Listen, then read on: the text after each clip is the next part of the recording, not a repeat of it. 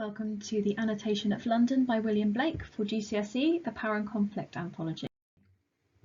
So, as you will know, if you've been looking at these videos previously, we use three different colours for annotation. We use green for context, purple for structure, and pink for language. So in terms of your first annotations, when you're thinking about this poem and exploring this poem, the thing you need to realise is that this was published in Songs of Experience by William Blake. He published Songs of Innocence and then Songs of Experience as a corresponding contrast between two different types of experience in the Victorian period, which explored the negative aspects of industrialisation and the corruption of people. There were lots of revolutions in France and Russia at the time, and this inspired anarchistic romantics, so the idea that there could be change and people could rebel against institutionalised religion and government, and that's exactly the kind of mentality that Blake was presenting, the need for change. In terms of structure, there's a very simple alternate rhyme scheme throughout the poem, so A, B, A, B. It's unbroken, and this could be suggested to reflect the relentlessness of the misery in London at the time. The regular metre used reflects the narrator's footsteps as they traipse through London.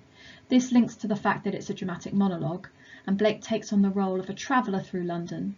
The monologue is the voice of only one character and allows this character to control the narrative, and we assume that the narrator is probably Blake, because the opinions that he gives, or they give, are very similar to the ones that Blake expressed.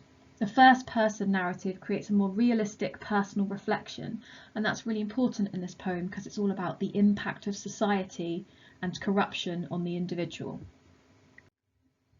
So looking at your first stanza, there are only four, it's quite a short poem. The idea of wandering through each chartered street.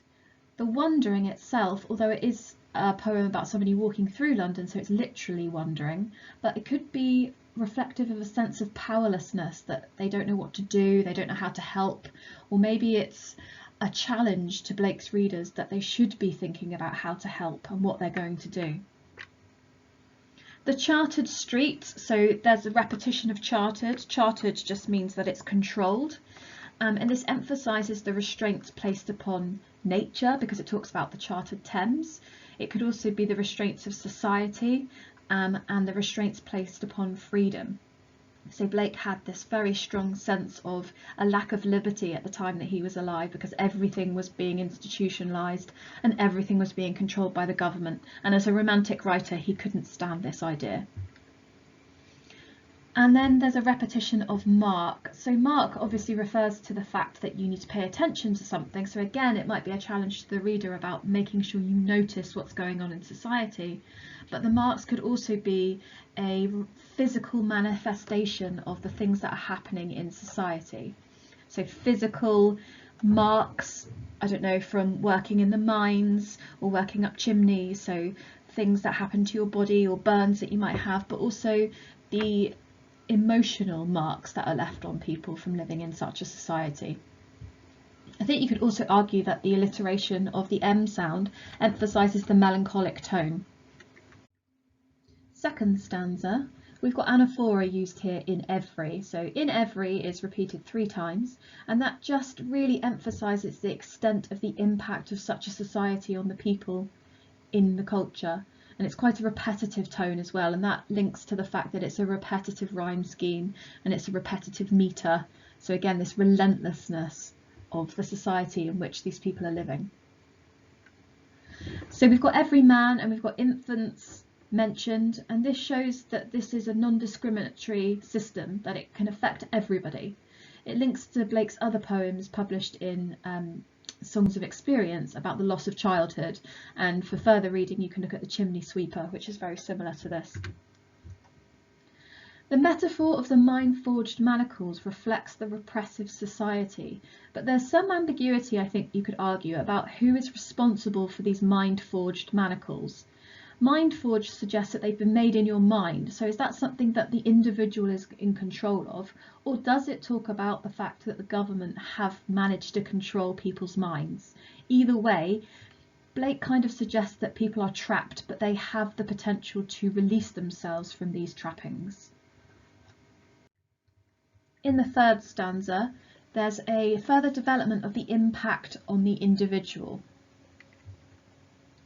So the emotive language of using the chimney sweeper's cry.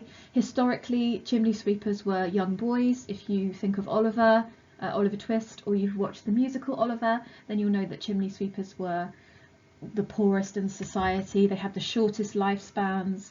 They were always ill. So these were probably the lowest of the low in society, who were most drastically impacted by industrialisation. The cry of the chimney sweeper again could be ambiguous, because is it that the chimney sweeper is crying for help and wants people to listen to him, but then he's not being listened to, or is it literally just a cry of sadness? Then moving down to the blackening church, is this a literal black church because of the soot of industrialisation? So it's kind of marking the church itself by making it look sooty and impacted by the kind of smog of London. Is it a metaphorical comment on the fact that the church is becoming more evil and not representing the good and holiness that it should do? And Blake was incredibly angry at institutionalised religion, and he rejected all forms of institutionalised religion. So again, this might be his comment on the fact that religion that is formalised is not good for anybody. And then we move down to the hapless soldier's sigh. So the idea of the hapless soldier, so the unfortunate soldier, is a reference to the fact that people are used as instruments of the government, specifically soldiers, and the idea that they are sent to fight for battles that they know nothing really about contextually, and they don't really understand why they're there. And that could link to bayonet charge with the cold clockwork, where the soldier is described as kind of being an instrument of the government, and it's similar to exposure as well, so that's good to bear in mind for those comparative poems.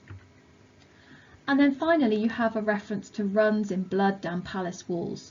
So this is a manifestation of all of these terrible things, these cries, these sighs. They're turning into blood and running down palace walls. So this might be a reflection of the fact that the government have blood on their hands and they're destroying people's lives.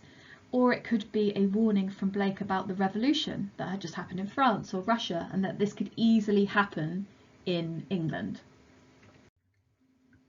In the final stanza, this seems to get much darker than the other three stanzas.